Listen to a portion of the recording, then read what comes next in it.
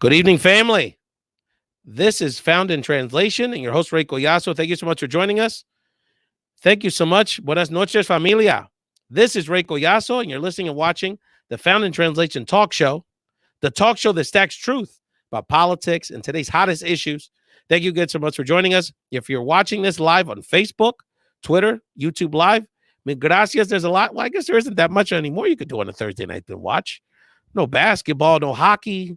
But a lot of, I guess, card games with the family in the home. Thank you again so much for joining us. Again, there isn't much else to talk about tonight than this incredible pandemic, COVID-19, and we thought it was so important to come on and have this conversation with the Found in Translation community to talk about what's going on and really provide you some information that you can use not only to be a better advocate for our community to get through this crisis, but also to protect your family. And there's nothing else more important than health and safety of our family.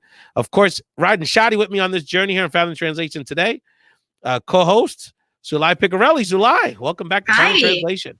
Thank you so much for having me back. So last week we did not scare you off, Sulaih. No, not at all. What great fun. I'm telling you, I appreciate it. First of all, Sulaih, let people know how you're doing. This is sort of unprecedented times we're living in right now.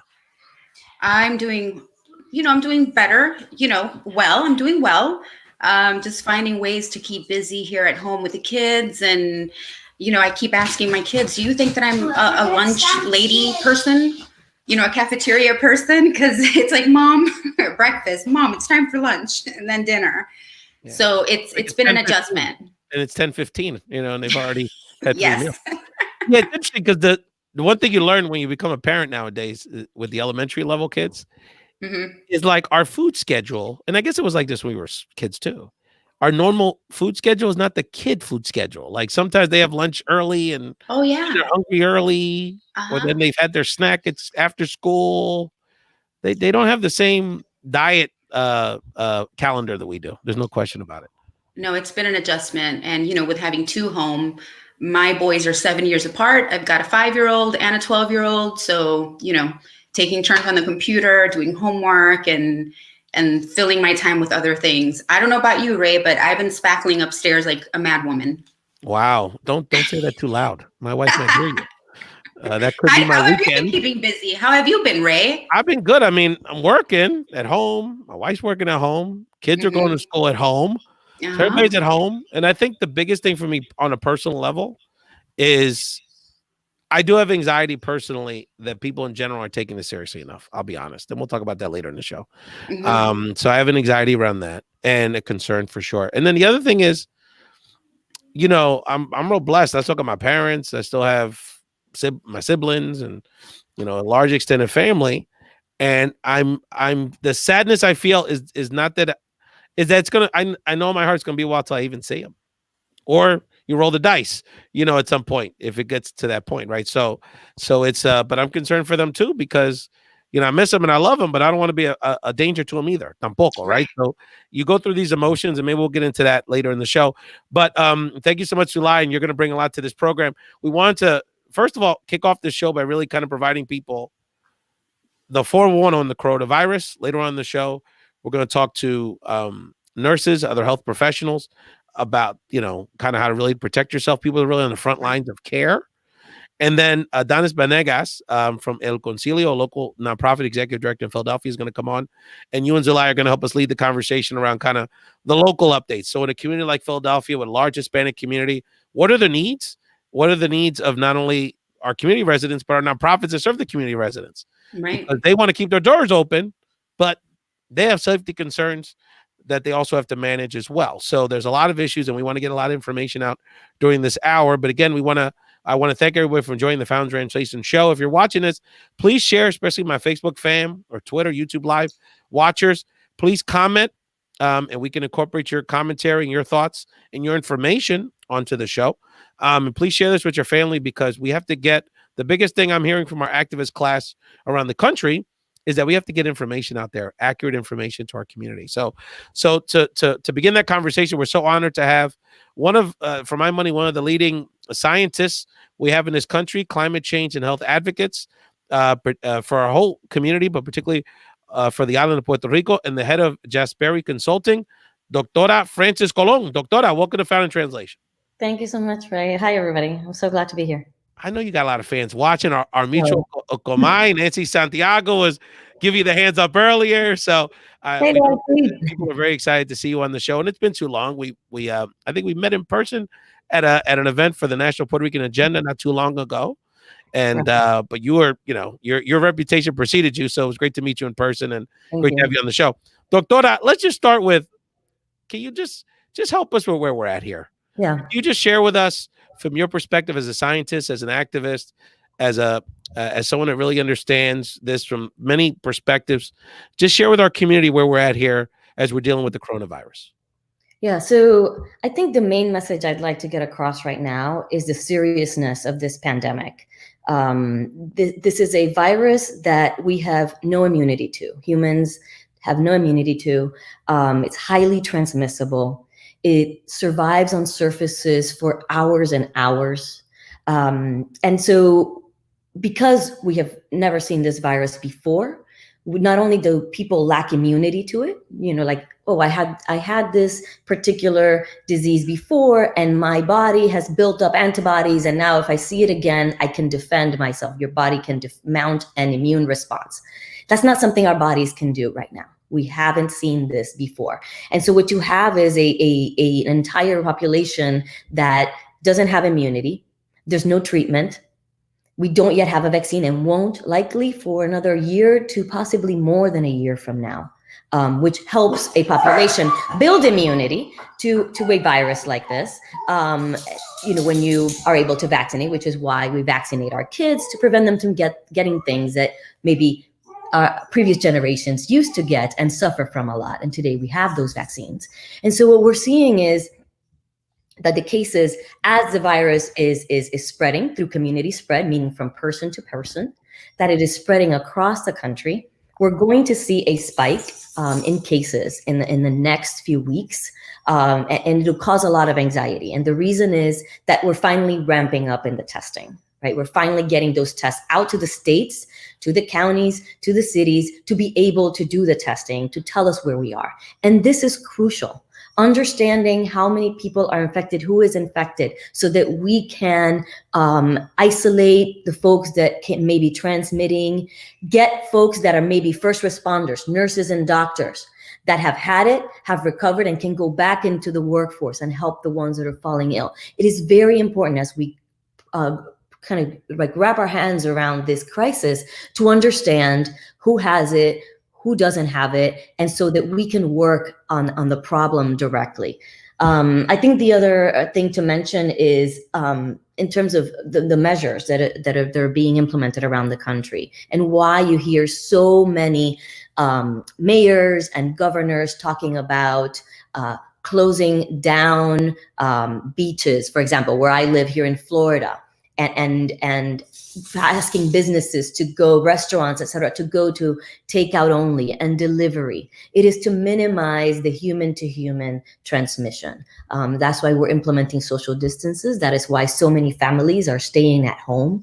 That is why we need everybody to implement those social distancing practices to minimize the transmission from human to human. It is, again, highly transmissible.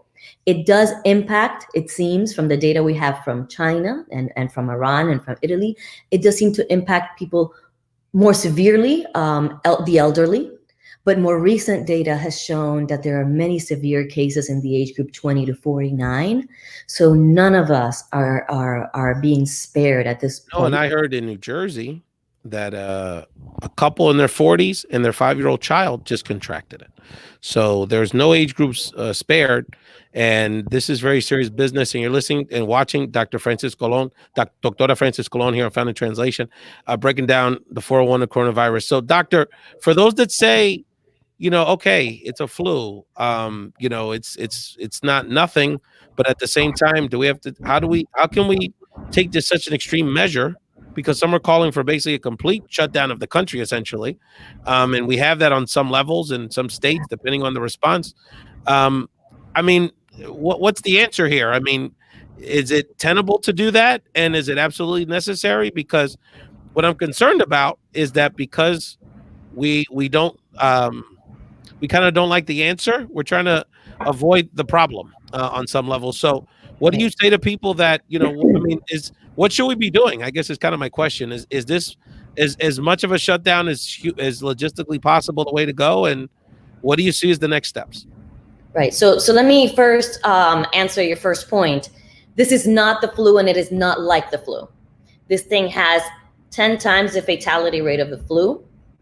Human beings already have vaccines for the flu and for the various versions of the flu that come out seasonally. So we have ways of dealing with the flu, even though the flu does hospitalize a lot of people every year, and we do lose thousands of people to the flu.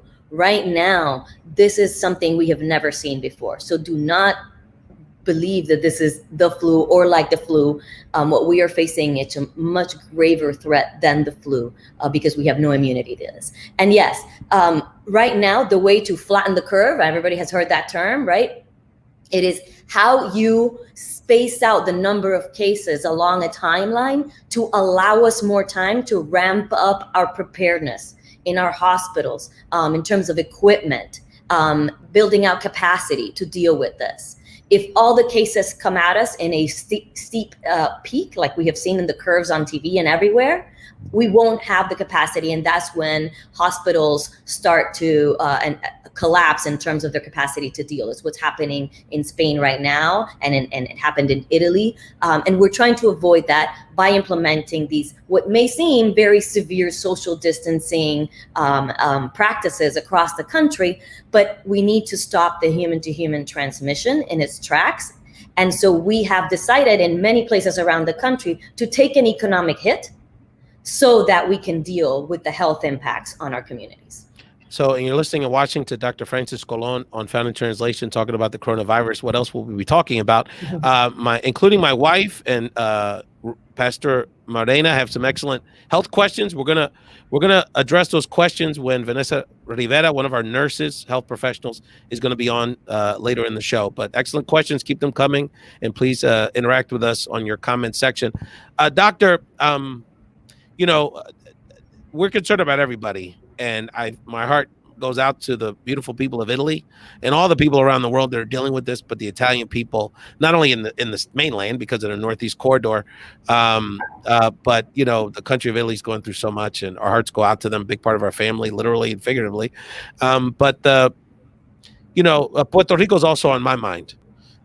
Because I mean, coño, do we need another one? You talk about a bunch of bad breaks for the island. So in the midst of all this, what are the issues specifically to minimize and mitigate the problem of the coronavirus on the island that we should be thinking about as we mobilize our community to deal with this crisis?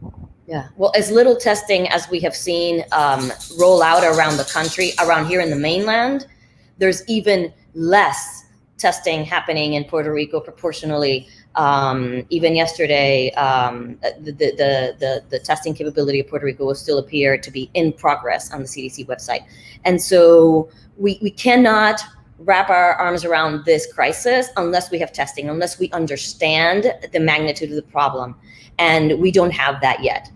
Puerto Rico has a failing infrastructure in terms of health right now because of the economic crisis that we all know the island has been going through for many years now, and because of the recent hurricane. Puerto Rico is still in rebuild phase. The money hasn't completely flowed into the island to rebuild. Many hospitals and medical institutions were not at full capacity, and now we're faced with this. And so it's very worrisome. Puerto Rico is going to need funding and help to get through this one more crisis. As we know, in January, earthquakes hit the island. So as you know, Puerto Rico is on my mind, it's on your mind, and it's a place that can't catch a break. And here we go once more. And I have to say this, the way I've seen Puerto Rico treated in this crisis, again, like second-class citizens, the federal government is not responding with the speed with which it should to protect its American citizens on the island. And you're listening to Dr. Francis Colon of Found in Translation. Doctor, stay right there because you're going to be part of our next segment. We want to start bringing on. We're so happy and blessed to have Dr. Colon kind of give us a 10,000-foot view of this whole situation. And she brings so much to the table. And we really thank you for all the advocacy that you do for our community. But we want to engage in this conversation, the doers, the people in the community that are really on the first responders addressing this crisis, helping us day to day. Sulaih, Picorelli, transition us into the second segment of Found in Translation. Absolutely. So you are watching and listening to Ray Collazo, Sulaih Picorelli, and Dr. Francis Colon on Found in Translation Talk Show. Ray and our team stack truth on today's hottest issues like the COVID pandemic. If you are watching live, please leave us a question. Leave us your comments for our experts on Facebook, Twitter, or YouTube Live, and we will read them right on the show. Now back to the host of Found in Translation, Ray. Thank you so much, Sulaih. Sulaih, what did you learn out of that first segment of the show? Dr. Colon breaking it down, didn't she? Well, yes, there is so much happening, thinking about the island. And it's worrisome because I saw someone post, I don't know if the entire island is without electricity, but I did see some posts of some people coming through saying, ya se fue la luz. So it's like, how much more do we need to layer, all this trauma that the island has been going through since, 2020 was supposed to be a movie, not a scare. Yeah, no. And then information, not knowing where the information is coming from, paranoia, just the nature of social media just kind of feeds into the anxiety. Right. So, and thank you so much for co-hosting the show. So, I often say on the program that our heroes don't all wear capes. That's and, right. When it comes to our first responders, whether it's the people that protect us in the military, the police force, our firefighters. But you know what? I always got to give a lot of love to the healthcare workers, mostly women, a lot of Latinas in that group who don't get nearly enough throughout the year, who don't get enough support and attention and appreciation because they really are on the front lines of providing us health in our community. And, in this case, one of my sisters, has stepped up to the plate and is on the front line. So we wanted her to share how it is to be a healthcare worker at this time. And so who better than my sister-in-law, the godmother of my youngest Maxwell, and a nurse, Angie Argentieri. Angie, welcome to Found in Translation. Hi, Carmen. So nice to meet you. Nice to meet you. Yeah, you are, Angie, a little nervous, the technical thing, but Angie, it's easy. It's easy. So thank you so much, Angie. We appreciate you. So Angie, let people know we got people watching all over the country, all over the world. You're a nurse in a hospital on the East Coast. Yes. And you are testing people for coronavirus. So just share with people how your week has been. We usually, I've been a nurse for over 20 years. Lately, I've been doing a lot of management. I'm a manager, and they needed some people to volunteer. And some of my employees, thank God for them, were they volunteered to go up and do this coronavirus testing. And I felt like it was my duty, since my employees were doing it, that I would do it too. And it's been eye-opening. It's been, I'm sorry, I'm going to take off my glasses. It's bothering me. It's been eye-opening. It's been humbling to see all the people that come in and get this test done. And so can you share with us, are you in a parking lot? Are you in a hospital? Are y'all separated? Paint the picture for us. Are you wearing one of those space outfits? Share with us what it's looking like for you day to day. Okay, so I started on Tuesday, and we needed first to get tested so that we are able to put on these, they're called N95 masks, to make sure that we're not able to taste the medication that they put through. So you did get tested for that. So then you go out. At first, we started at a doctor's office. We closed down the office, and we just have people getting telehealth visits. And if the doctor says, if they meet the criteria to get tested, they'll send them to our office. But we got shut down. So we're in another area, which is bigger. And it's almost like a drive up, kind of like testing. They call when they're in the parking lot. They say, we're here. They tell us, what car they're in. We get it all set up. We have it running pretty smoothly. We're not touching anything. We get all gowned up. We have 2 masks on. Wow. We wear double gloves. We wear capes, basically like a blue gown, sometimes hair nets. And then we go out to the parking lot, or we'll usher them up to the front of the building, and we do the testing right in their car. They actually don't get out of their car. We just kind of like test them right there. It's nasal swabs. We test them for the flu, and we test them for the COVID-19. Now, where you're at, do they have to like get a script from a doctor? Like, do they have to prove that they're sick on some level to get the test? Yeah, yes. They had to have a doctor's note. Usually for our doctors, they have Epic. So it comes up on our computer screen. Oh, okay. So I know Sulaih had a question. She wanted to jump in this conversation. Jump in there, Sulaih. Angie, so can you speak on what testing looks like? Yeah, it's very simple. For the flu one, it's a swab in your nose, both. Yep. The COVID testing is actually a little bit more deeper. It's actually a swab that goes a little bit further into the nasal cavity, and it's a 15-second swab. And then we send that out to get testing. On the flu screen, we can actually get results within 10 minutes if they're flu positive or negative, and we can give them that result. We don't have them stay and waiting. We'll call them with that result. The result for the COVID testing has been coming back within 3 days, which was a lot better than before because it was about 5 to 7 days. Now there's a faster turnaround. So once people get their recommendation from their doctor to be tested, do they know where to go? Yes. Are they being told by their primary care physician, these are the places where you can get okay, great.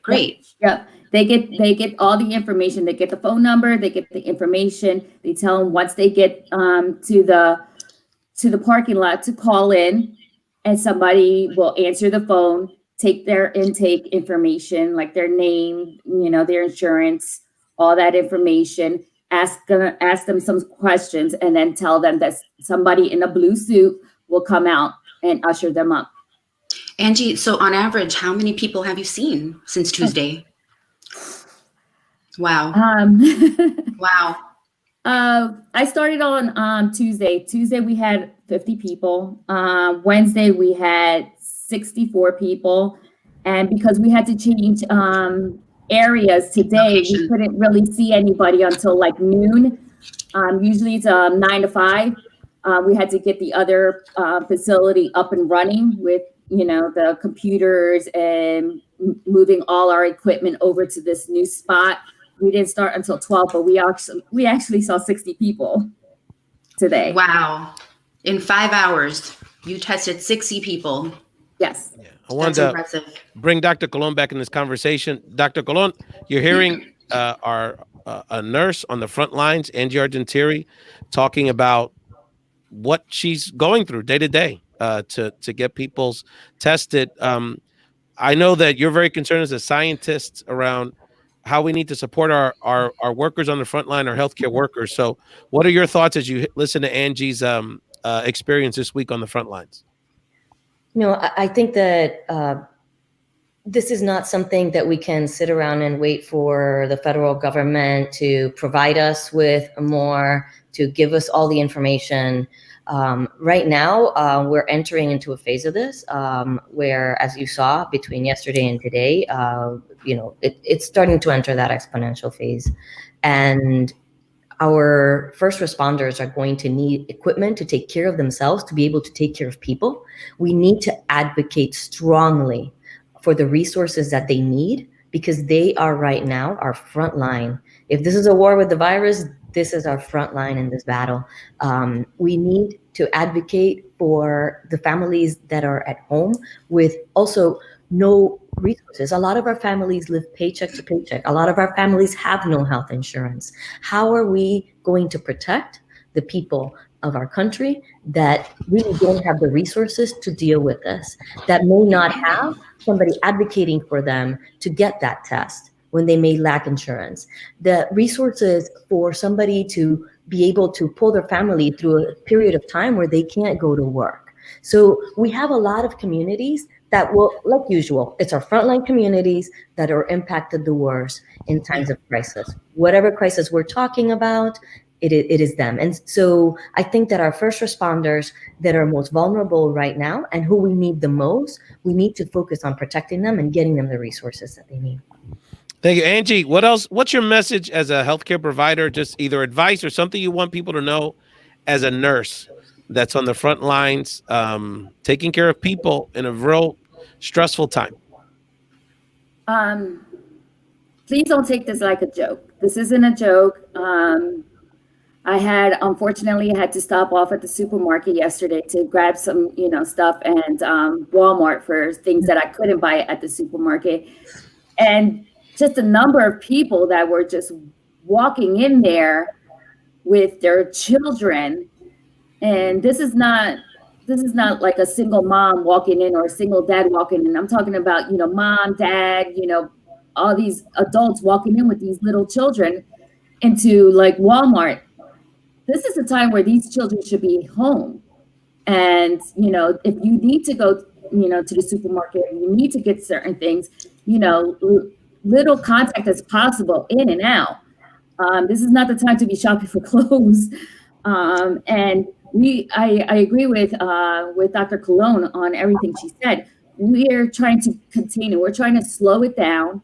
So we're trying to slow down the spread.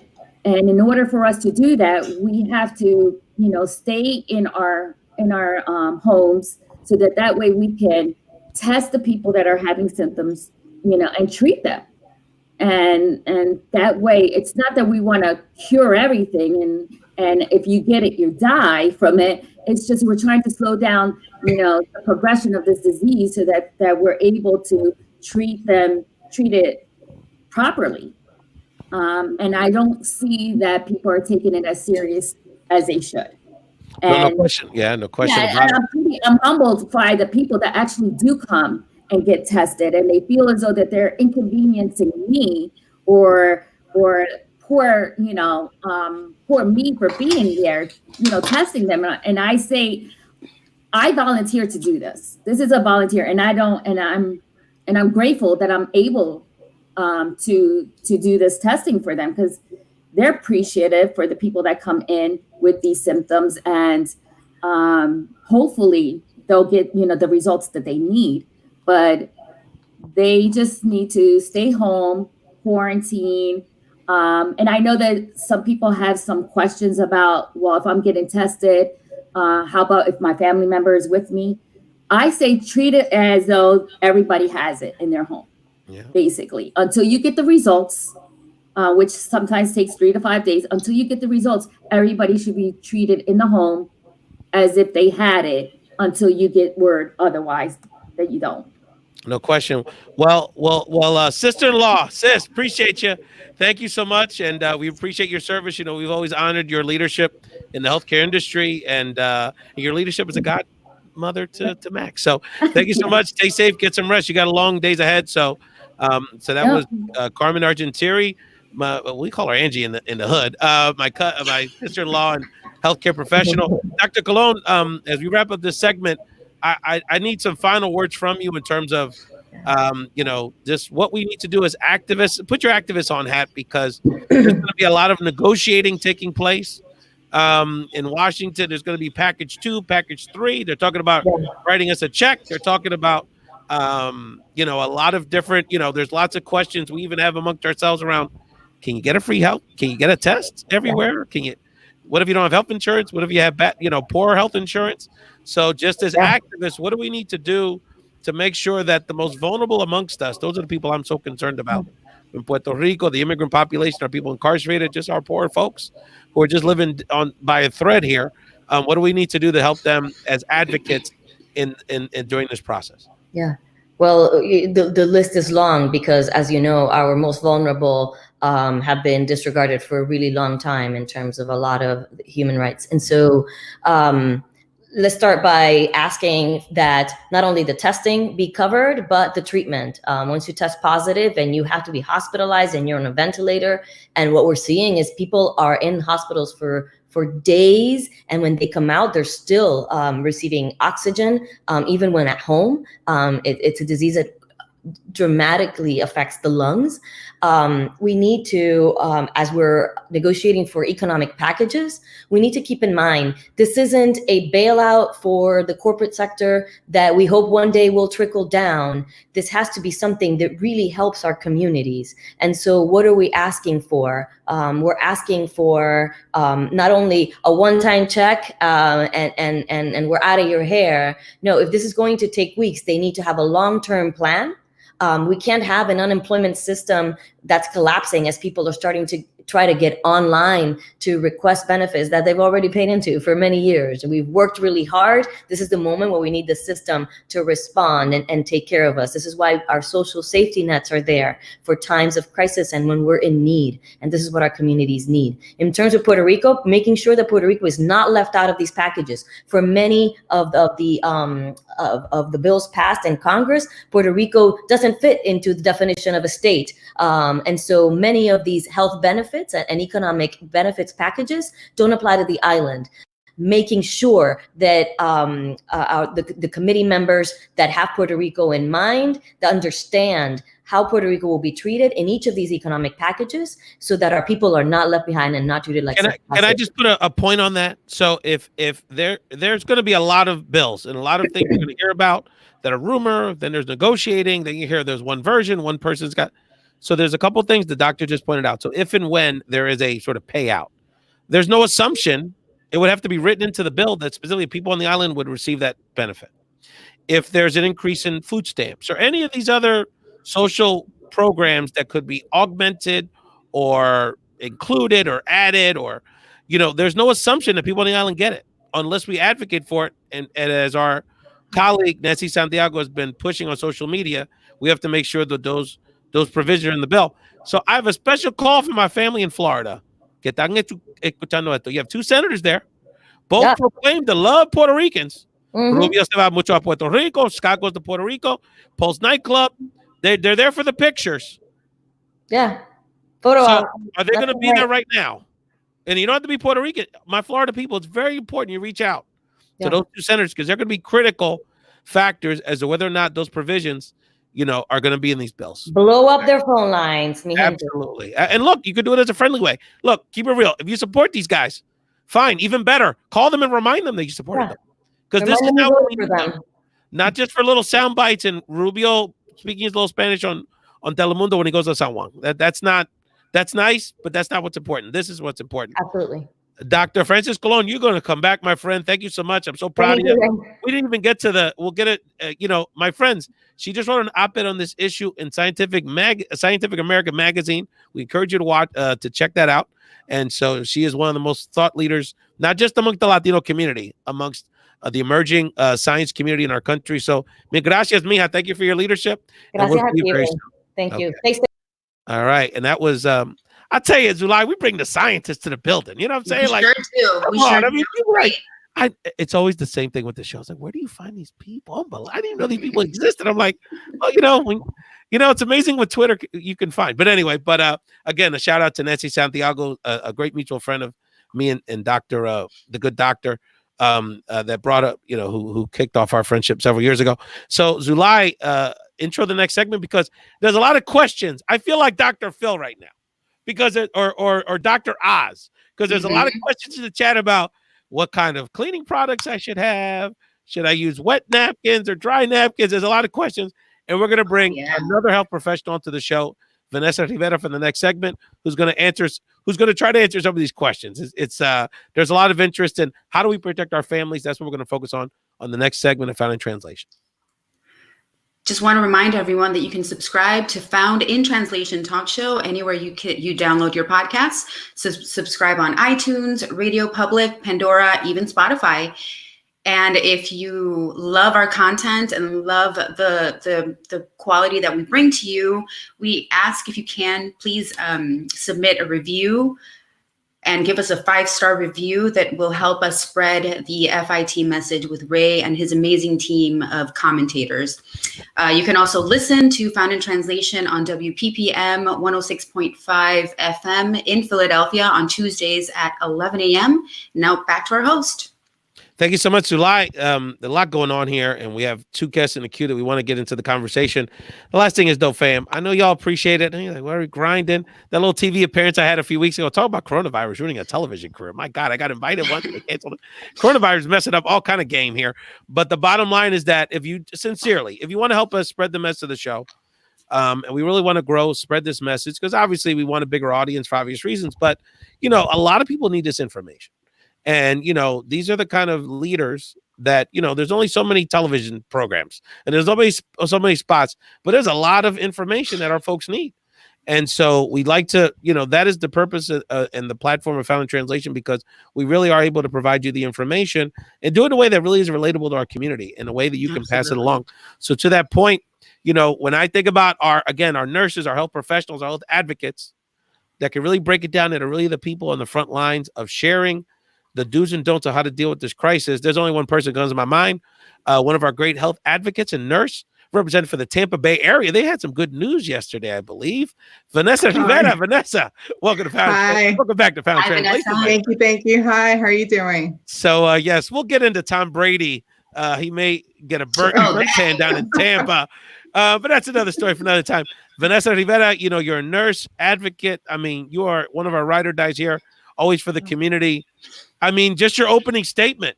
I mean, all the big thing, and this is why I wanted to have you on the show, Vanessa, because our people they are cleaning. They don't even know what they're cleaning. They're worried about their kids. They're worried about their elderly. They're worried about how this spreads. There's so many scientific questions on the chat. So just start with, what's the first thing? If I'm at home, if I'm stuck, I'm with these kids. Yeah. Should I never let them go out the house? Should I let them go in the yard?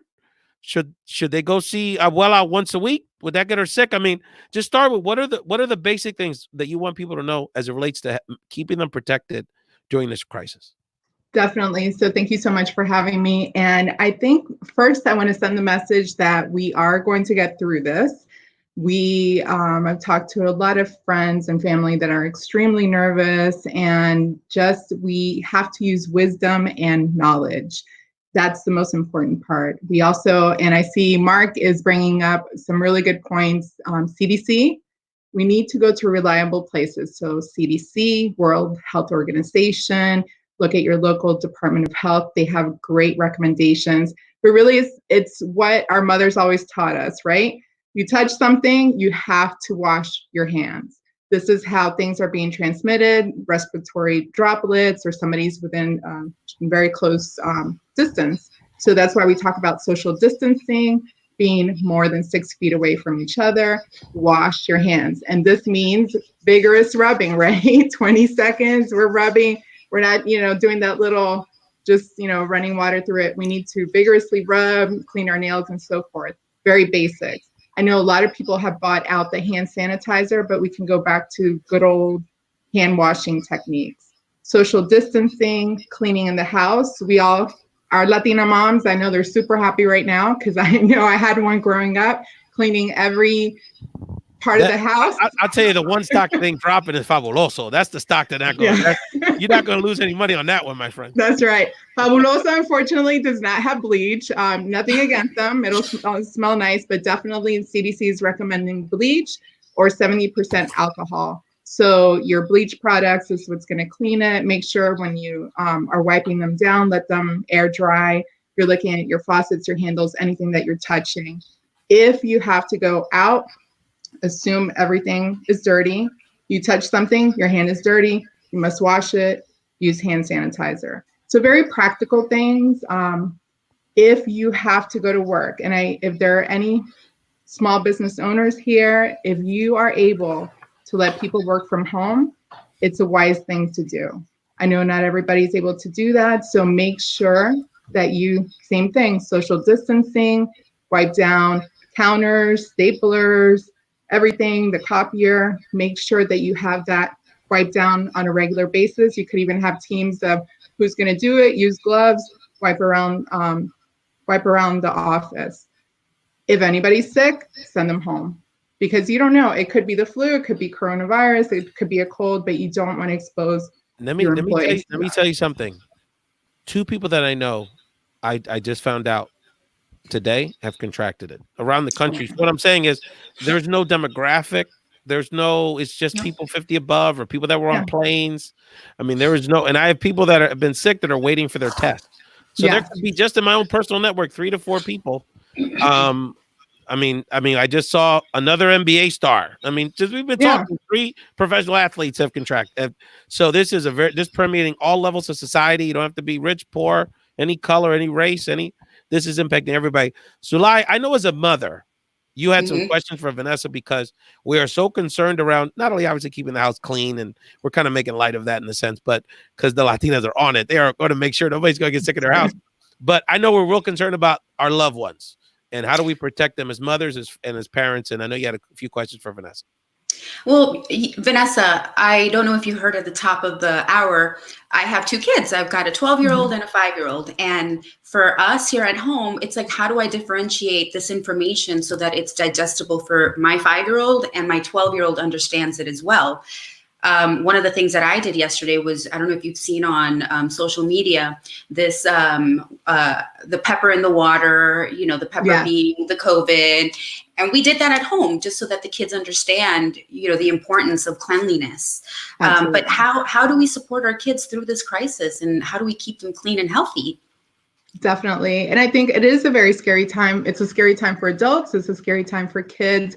And just explaining to them that, yes, there's something that's going around, and this is how we protect ourselves. So it's wonderful what you did with your children, explain to them the importance of washing their hands, and not to put fear, but actually just support them. This is how we're going to stay safe, and we're going to make sure, and things will eventually go back to normal. This is a transition, because I know a lot of children are now being homeschooled, and everybody's going stir crazy. I know in my house they're going stir crazy. So just, encouraging them, being positive about it, sharing, but don't keep the news on all the time. Try to let kids be kids. Certainly they can go in the backyard, they can play, talk to family. If you're not able to see family, use Skype, FaceTime, all the different tools that we have in technology, use those so you can still share, because it's also scary for our seniors, people who may be isolated, and just for somebody to actually check in on them. And Venessa, now that you mentioned this, this just reminds me of this time that we're living in right now is really going to show what is our heart made of. Yes. I called my neighbor today who's in her 90s. Her kids don't live near, as close as, so, it's like reaching out to the neighbor, your most vulnerable people around who may need some sustenance, who may need your support. Absolutely. So I think we're all going to be, we're all being tested, humanity is being tested currently. And how do we show up for one another? That's right. And I think we just have to advocate, inform. Please do not spread any false information. I cannot say it enough. Look at the CDC, World Health Organization, Department of Health. I've seen a lot of things on social media where they think that they're informing our communities, where the virus can die if you stay in the sun, or you can gargle it away. Please, in particular in our communities where, we really are trying to put efforts forth to get accurate information. Let's get that good information out there. Ray, I did want to address the question if somebody did not have a primary care provider about getting tested. Please contact your Department of Health, because they actually have very specific criteria, and depending on whether you meet the criteria or not, they may be able to test you. Or would that be your state Department of Health in your state? Yes, your Department of Health. So every county has a Department of Health. Even your rural counties have Department of Health.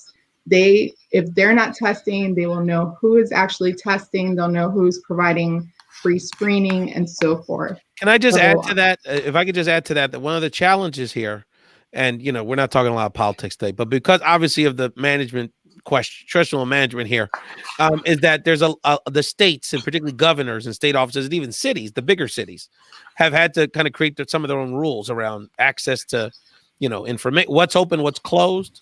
So and I know, Sulaih, you had an update. I believe Pennsylvania is basically on lockdown, starting at 8 o'clock today.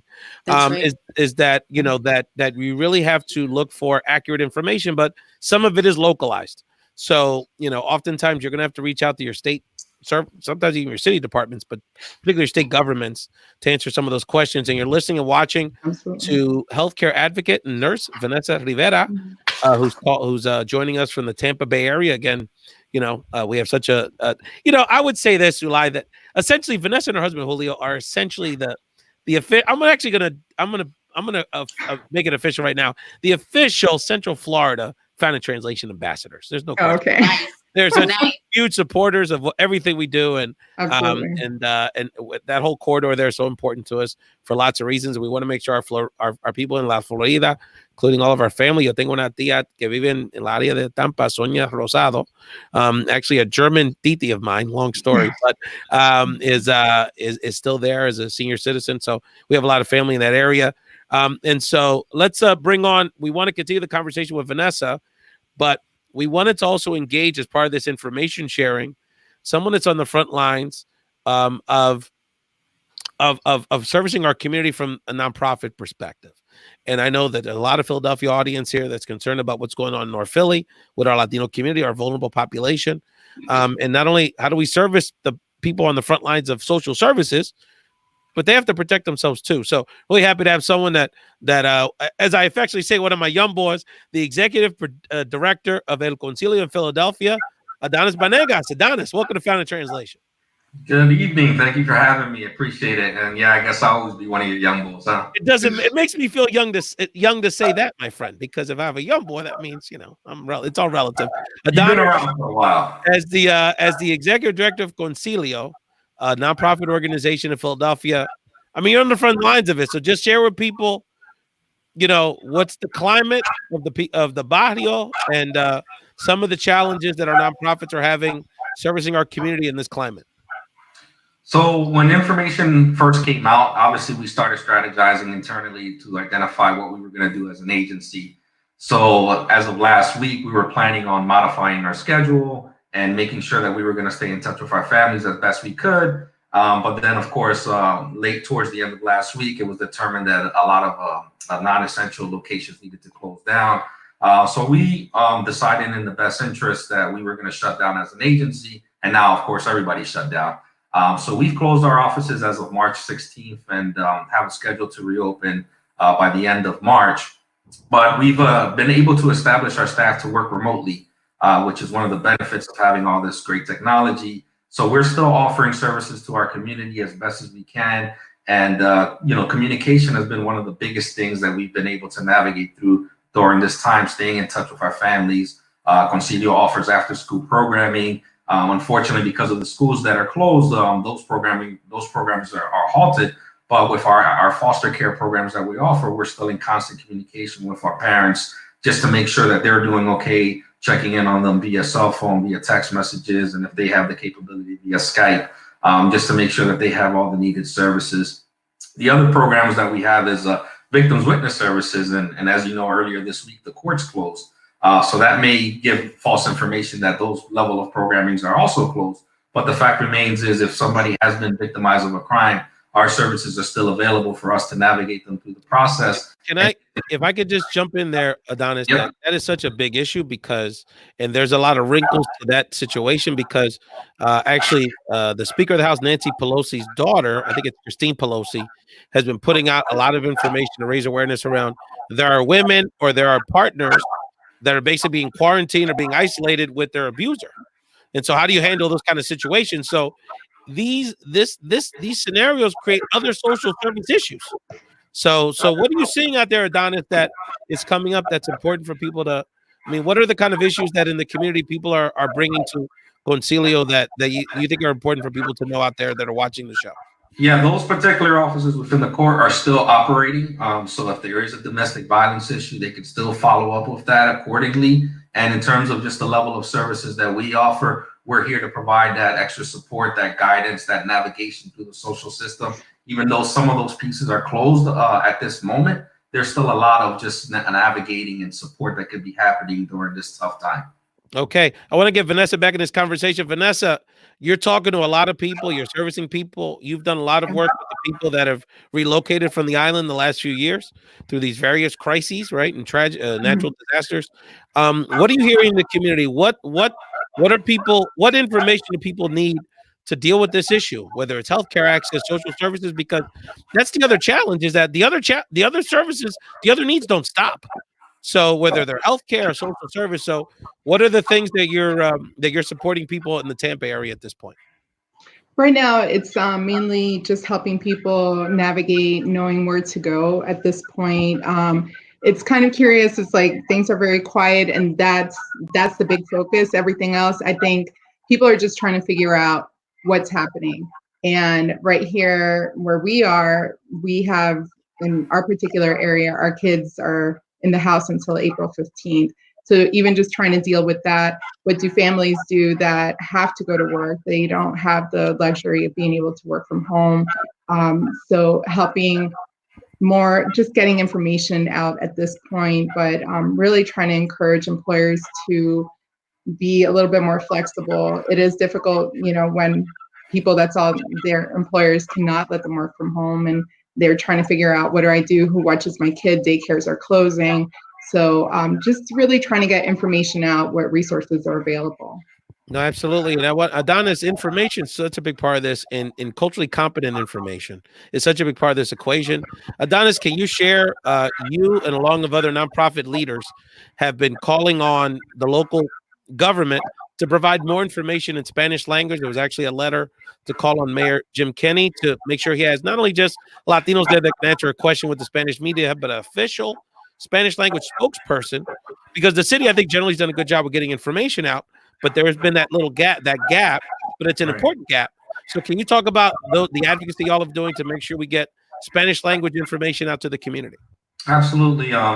With how quickly everything turned around, it was important that our voice wasn't left behind. And Will Gonzalez from SEBA did an amazing job of just continuing to coordinate all the Latino leaders in the community and making sure that our voices collectively were heard regarding that lack of communication that was happening. So while the city as a whole was doing a great job giving that daily update at noon, just letting everybody know, there was still a lot of misinformation that was going on because it wasn't being translated in Spanish. So fortunately, that letter went out earlier this week, and we saw almost an immediate response after that. We started getting communication in Spanish. We started getting the text messages to the COVID-19 app in Spanish, as well as the updates through websites such as the social media outlets in Spanish. So even though the information is coming quickly and some of the stuff still gets missed, it's much better progress than it was earlier in the week.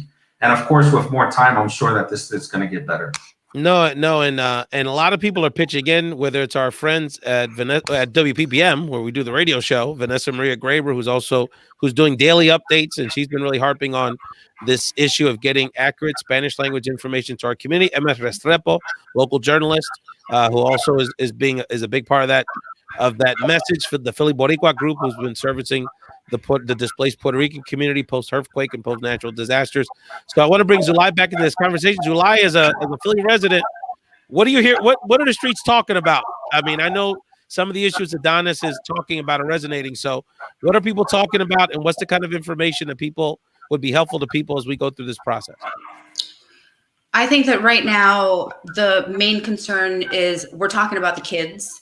And of course, I have two kids in the Philly school district who will be home, I suspect, for longer than it's being talked about. I don't know if you saw today that the Secretary Rivera, Secretary of Education, canceled testing, the PSSAs, PASA, and all of that. It's the school year goodbye. I mean, I hate to say it that way, but I mean, that's just the reality of it. It's going to be difficult for them to go back. Yeah, we are really facing, like, what is this going to look like after this is over? That's right. Well, to that other point too, they just discontinued the opportunity for kids to have the online education that was going on because certain schools were having it and other schools weren't. So I guess to kind of have a level playing field, they discontinued teachers educating online moving forward. And actually, Vanessa, I'm going to have you answer Yeah. Pastor Marena's question in a second, but I want to. Adonis just brought up a good point, which brings up the bigger point here: is that this issue, if there's a blessing in disguise, and there isn't, right? But if there's a silver lining here, is that this issue, this crisis is more than an issue.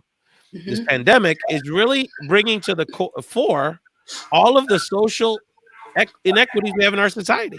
That's right. Because now it's like we're advocating for paid sick leave. Well, why don't people have paid sick? Why is there an inequity? Keep it real. Where my children live, they got Chromebooks.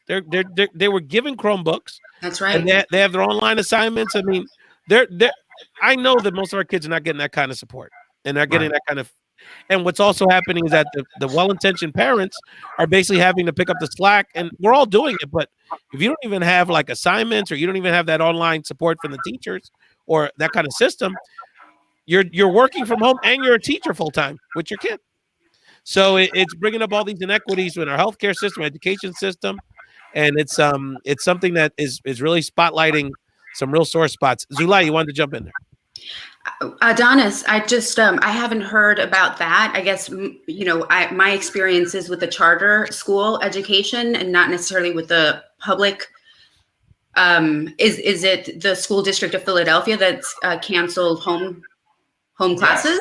Yes. So I believe as of today, and from personal experience, my daughters have been working from home diligently. And they were like, yeah, my teacher can no longer get back on to answer this question moving forward. So they have the luxury of having laptops, but I think about another charter school that I'm aboard on at Deep Roots in North Philly, right on Frankfurt Avenue. And those teachers were printing out thousands and thousands and thousands of pages to have those paper work plans for the students to work on. And they were going to be there as an outlet to reach out to them if they needed anything. And now they're not going to have that opportunity to do so. So they're on their own. Pastor Marina says, indeed, our Latino children fall back during the summer. No reading programs, less opportunities. Now they'll fall back even further, missing the spring semester. Venessa, as a parent, anything you wanted to share about how the Florida education system's handling this situation?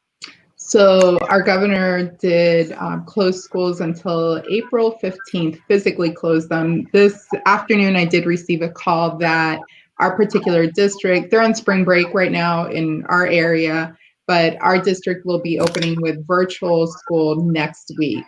My kids, it was a mixed reaction there, but I thought that it was very interesting that they did ask, or they will be sending out information for children who do not have laptops to provide it to them. So I thought that was extremely reasonable and something that was absolutely needed.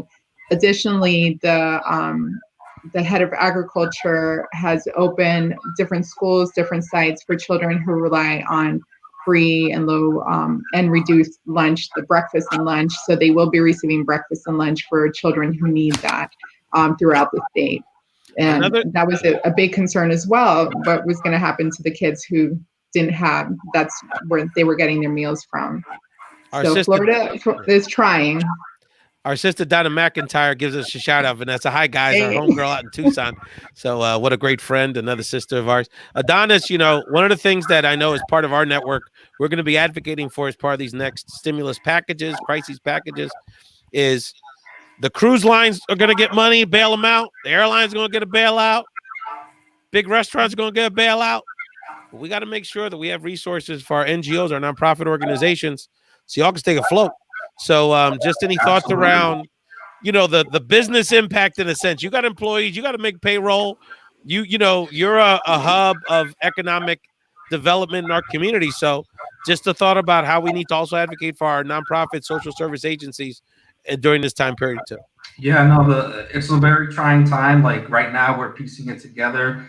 We have a 2-week plan right now, and after that, we're working on what's going to happen 2 weeks later. Our funders are in constant communication with us, so their information is coming in slowly but surely too. And a lot of our programs are performance based or fee for service. So if we're not producing anything, like for example, being in the after school program, having our kids being educated, then we're not getting paid. And that translates to our staff not getting their paid. That's real right there. That impacts our whole budget. So we are, looking at that and making sure that we're being as frugal as possible right now. But as an agency, the people who work for us are part of that community too. So, and I know that a lot of other nonprofits are doing this right now, that we're making sure that if staff can work remotely, we're going to continue to pay them as much as we can. But we have to be thinking about what's going to happen 2 weeks after this and how we're going to navigate that. The one good thing I will say is that there was a press release today about the Philadelphia Foundation making sure that they're going to release some funds for nonprofits. So there will be some support on that end, and I don't know specifics about that yet, but hopefully there's more and more of that corporate giving, knowing that we are dependent on state and city funding, and if that slows down, it's going to be a huge issue for us as a nonprofit.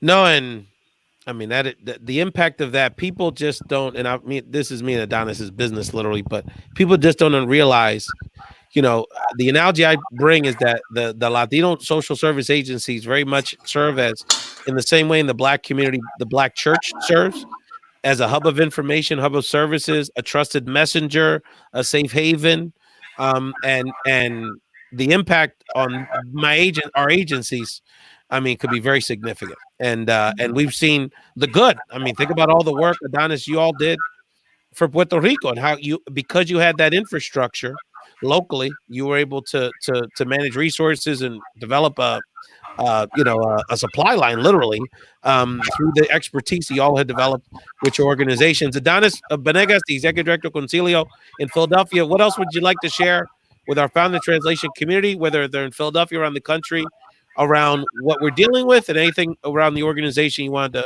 to shout out? Yeah, and I believe some of your guests have mentioned it before, just making sure you're following good information, solid information. We're constantly posting stuff on our social media outlets at Concilio Philly, and they're all from accredited locations, whether it's the CDC or the Department of Health or the City of Philadelphia, just keeping people up to date about what's going on and just making sure that you're translating things as best as possible in English and in Spanish.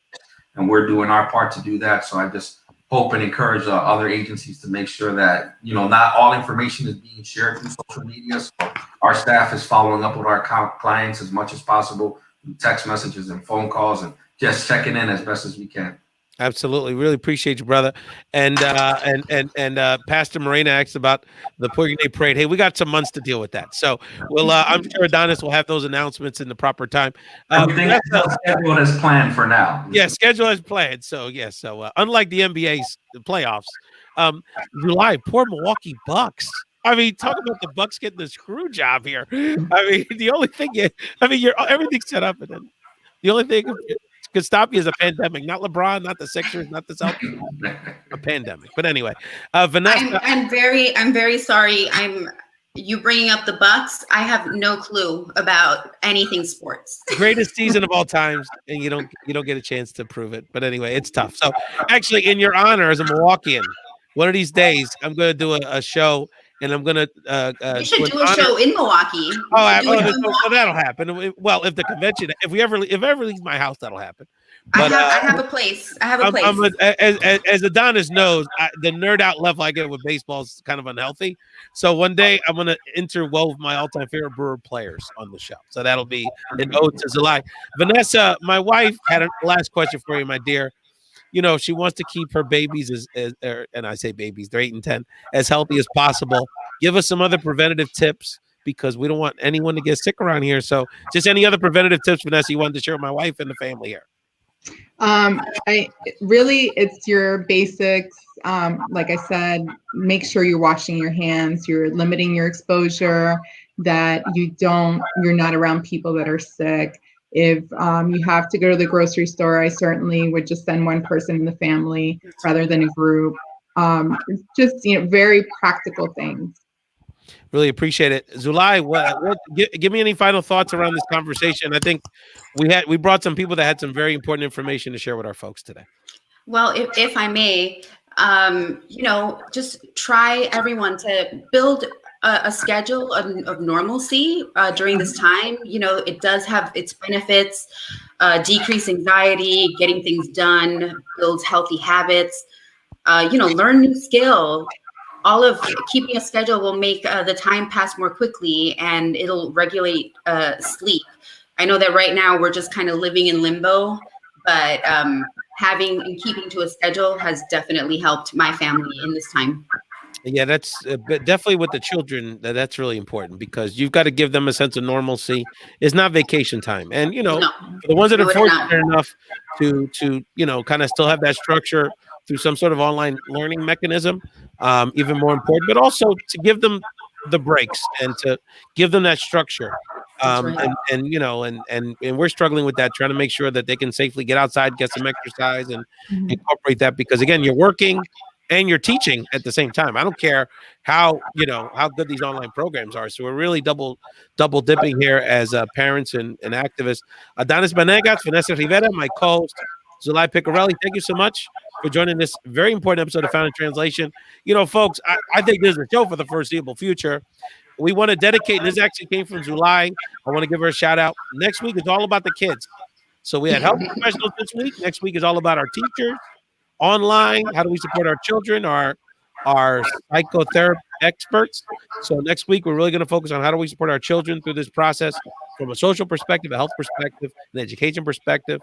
And look, we have to find these silver linings, and there are blessings in this, right? I mean, spending time with family, reconnecting, getting grounded in what's really important. And making time for the things that are really important in our lives. I know many of us were doing the rosary with Pope Francis at 4:00 today. So I encourage people to reconnect and connect deeper with their spirituality, whatever that is for them. Adonis and Venessa, please keep us posted around how we can uplift what's going on in Philadelphia and the Tampa area. And thank you all so much for joining the Found in Translation program. Continue to support the program. I don't care how you watch, you listen, it's all good. But subscribe, download, share with your family and friends and network. It's very important that the voices of people like Venessa and Adonis, people like Angie and Dr. Colon, who went on earlier, we need to get this information out to our community. These are the trusted voices that we bring to the table on Found in Translation. Stay safe, family. Keep washing them hands. Keep using your stuff, your product, and stay safe, family. All jokes aside, have a wonderful day. Thank you.